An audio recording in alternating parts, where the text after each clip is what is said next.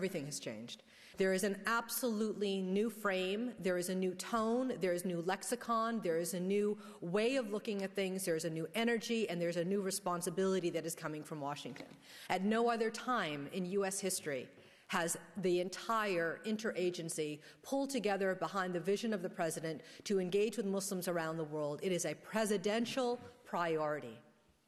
This presidential priority was established not somewhere in the middle of his first term, not in some random speech, but on day one, as he was sworn into office, when he engaged by talking about Muslims in his inaugurational speech and talked about the importance of mutual respect and mutual understanding.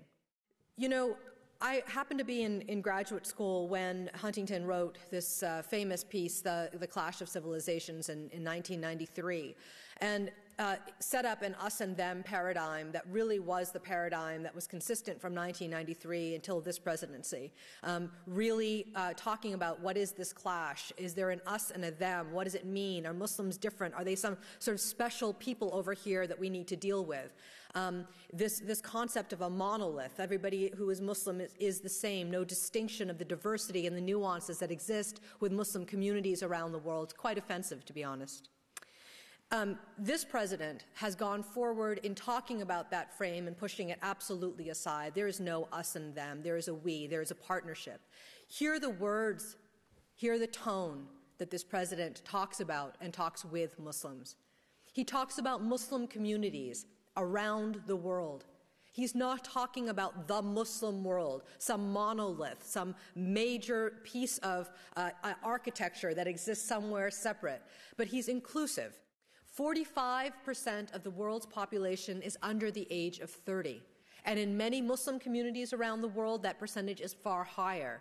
What we're asking our embassies to do is to engage with that generation, to think about how we can build long-lasting relationships and partnerships, not because we need them in a time of crisis, but rather to build structure over the long term, and that's what we're trying to do.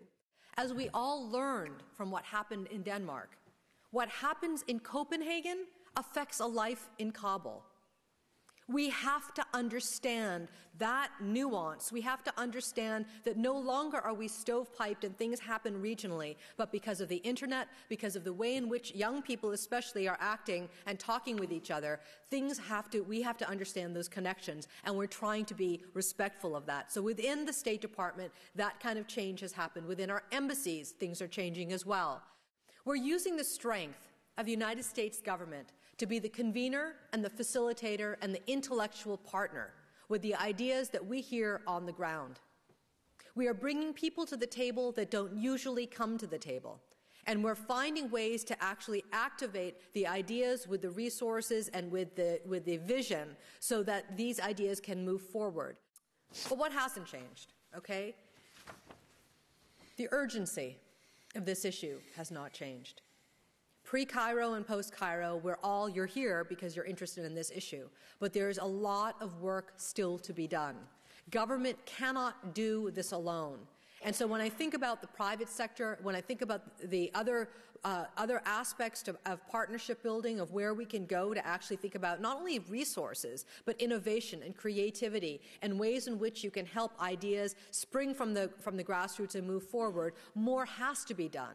Foundations need to give money in different ways to initiatives that are taking place. With all due respect to a conference, we have had a lot of conferences.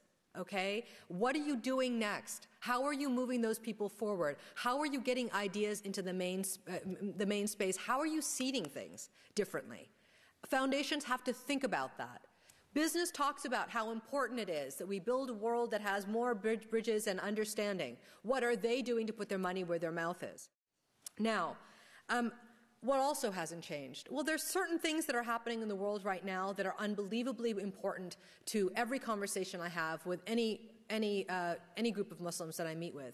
Israel-Palestine is the most important thing that comes up in every conversation I have. Before they want to talk about anything else, they want to talk about foreign policy. And it's important that we have an opportunity to have a back and forth. Now, having said that, I will tell you that I'm unbelievably optimistic. Unbelievably optimistic, and the reason why I am is two things. One, I have seen the reaction of young people, as mad as they may be on some of our foreign policy issues still. I have seen the reaction of the hundreds, if not thousands, but actually it's probably thousands by this point, of young people around the world when they think about their futures and they think about the way this president has opened a new door. When they think about the foundation of what he has promised the world, not just us, in terms of the issue of dialogue and opening up partnerships and long-term partnerships. I've seen their belief in the ability to get to that goal line, and I've seen their interest in helping that happen.